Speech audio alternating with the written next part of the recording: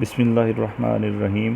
بنی اسرائیل کی حسین اور مغرور ملکہ جس نے پیغمبروں کا قتل کروایا، اس کا عبرتناک انجام کیسا ہوا۔ ازل سے شیطانی صفت کے لوگ ایک اللہ کے ماننے والوں کو سیدھی راہ سے بھٹکانے کی کوشش کرتے آئے ہیں، اور اس کے لیے شیطان نے جس کردار کا سب سے زیادہ استعمال کیا وہ عورت تھی، اور یہی ایسی قوم کے شرک و کفر کی وجہ بنی جس کی ہدایت کے لیے لاکھوں انبیاء کرام علیہ السلام تشریف لائے، جبکہ اس کی بیوی جس کا نام ایزابل تھا، یہاں وہ عورت تھی جو پورے بنی اسرائیل قوم کو شرک میں مبتلا کرنے میں کامیاب ہوئی، جو خود دراصل بیل نامی بت کی پرستار تھی۔ بیل بت یہودیوں اور اسرائیلیوں کا سب سے بڑا اور مشہور دیوتا تھا۔ کہا جاتا ہے کہ وہ بت سونے کا تھا اور اس کا قد 20 گز تھا۔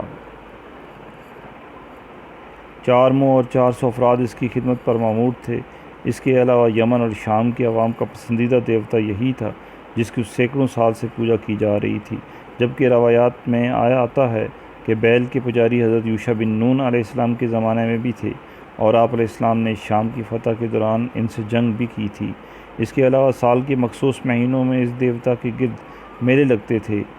منتیں مانی جاتی، سونے چاندی کے نذرانے چڑھائے جاتے تھے۔ ایزابل کوئی عام سی عورت نہیں بلکہ 9ویں صدی قبل مسیح میں وہ فینشن شہزادی اور بادشاہ اقبال کی بیٹی تھی۔ فینشیا اسرائیل کے شمال میں واقع ایک ایسا شہر سمجھا جاتا تھا جو روایات اور عقائد کی پیروی کرنے کو کسی خاطر میں نہ لاتا تھا، اور اسی شہر پر کنگ اعتبال کی حکمرانی بھی تھی۔ کنگ اعتبال نے جب اسرائیلی سلطنت کو ٹوٹتے دیکھا تو بہت پریشان ہوا، اور اس سلطنت کو پرامن بنانے کا ایک حل ایسا نکالا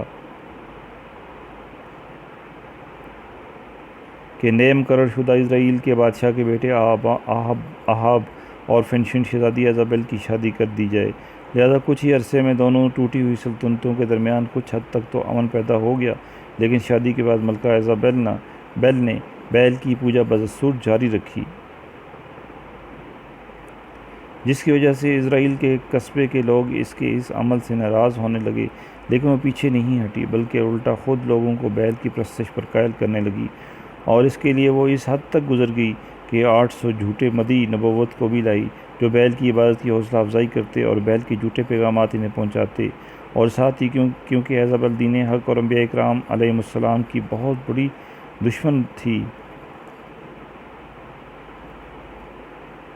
لہٰذا بہت سے انبیاء کرام علیہ السلام کو شہید کر دیا۔ یہی وہ دور تھا جب ایک ہی دن میں کئی محترم انبیاء کرام علیہ السلام کو شہید کیا گیا، اور اسی سبب سے اس وحشی قاتلہ کی دہشت تمام بنی اسرائیل پر پھیل گئی، اور آہستہ آہستہ سب نے بیل کی پرستش شروع کر دی۔ بنی اسرائیل وہ واحد قوم ہے جس پر سب سے زیادہ انعامات کی برسات ہوئی، سب سے زیادہ ہدایت کے لیے ان میں پیغمبر آئے، لیکن اس کے باوجود نہ جانے ایسا کون سا عنصر ان کے وجود میں شامل تھا کہ یہ لوگ ذرا سی ترغیب اور ڈراوے دھمکاوے میں اپنا ایمان بیچ ڈالتے اور کسی بھی غیر اللہ کی چیز کی پرستش فوراً شروع کر دیتے۔ اب بھی جب یہ قوم مکمل طور پر شرک اور کفر میں مبتلا ہو گئی تو اللہ تعالیٰ کی طرف سے حضرت علیہ السلام کو حکم ہوا کہ وہ اس خطے میں جا کر توحید کی تعلیم دیں اور اسرائیلیوں کو بت پرستی سے روکیں۔ حضرت علیہ السلام نے جب بنی اسرائیل کو صراط مستقیم پر چلنے اور کفر و شرک سے باز رکھنے کی دعوت دی تو انہوں نے دعوت حق مسترد کر دی، جس پر اللہ تعالیٰ نے انہیں خشک سالی میں سے دوچار کر دیا۔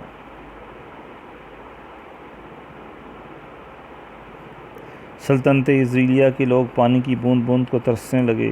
جبکہ دوسری طرف ایزابل حضرت علیہ السلام کی جان کی دشمن بن گئی۔ چنانچہ اس نے اپنے شوہر اخی اب کے ذریعے ان کے قتل کا فرمان بھی جاری کیا، لیکن حضرت علیہ السلام اللہ کے حکم سے ایک غار میں جا چھپے، اور کچھ عرصے کے بعد اللہ کے حکم سے ہی دوبارہ ظاہر ہو گئے تھے۔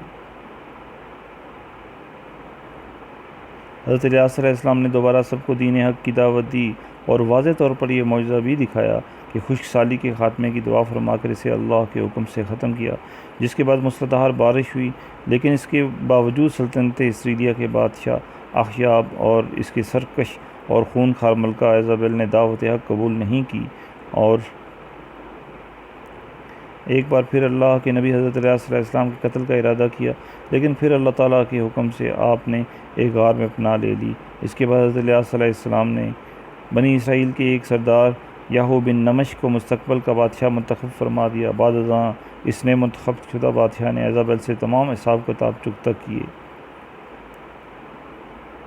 ایک دن ایسا ہوا کہ حضرت الیاس علیہ السلام اور اخیاب کا آمنا سامنا ہو گیا۔ حضرت الیاس علیہ السلام نے اخیاب کو اللہ عز و جل کا پیغام پہنچایا کہ جس جگہ کتوں نے تیرے باپ دادوں کا خون چاٹا تھا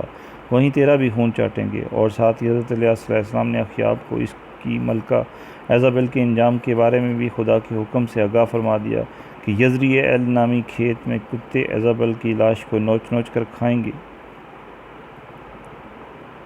اور پھر خدا کا کرنا ایسا ہی ہوا کہ اخیاب کچھ ہی عرصے بعد ایک جنگ میں مارا گیا اور کتوں نے اس کا خون چاٹا۔ اس کے بعد حضرت الیاس علیہ السلام نے غار میں پناہ لینے کے بعد جب اسرائیلی سردار کو مستقبل کا بادشاہ قرار دیا، وہ اللہ کے حکم سے ایزابل اور اس کے گھرانے سے بدلہ لینے کے لیے خود کو تیار کرنے لگا۔ اس کے لیے یہو بن نمش نے سلطنت عزریلیہ کے بد کردار بادشاہ یورام کے خلاف بغاوت کر کے اس کو ایک دلیرانہ حکمت عملی کے ذریعے قتل کر دیا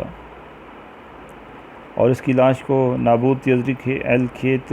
میں پھینکنے کا حکم دیا۔ بادشاہ کے قتل کے بعد نیا بادشاہ یہو بن نمش محل میں داخل ہوا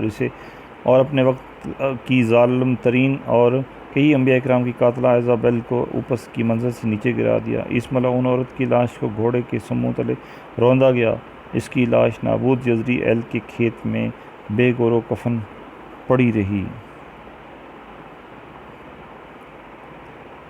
اور کتے اس کا گوشت کھاتے رہے۔ حضرت علیہ السلام کی پیشن گوئی پوری ہوئی۔ پھر بعد میں جب اس کے آدمی ایزابل کے جسم کو دفنانے کے لیے آئے تو اس کے شاہی خون کی لاش میں جو کچھ پایا گیا تھا وہ اس کی کھوپڑی، پاؤں اور ہاتھ تھا، لہٰذا وہ لوگ سمجھ گئے کہ اس کی موت کی پہلے ہی نشاندہی ہو چکی تھی، جس کی وجہ سے انہوں نے ایزابل کی گوشت کو پھینک دیا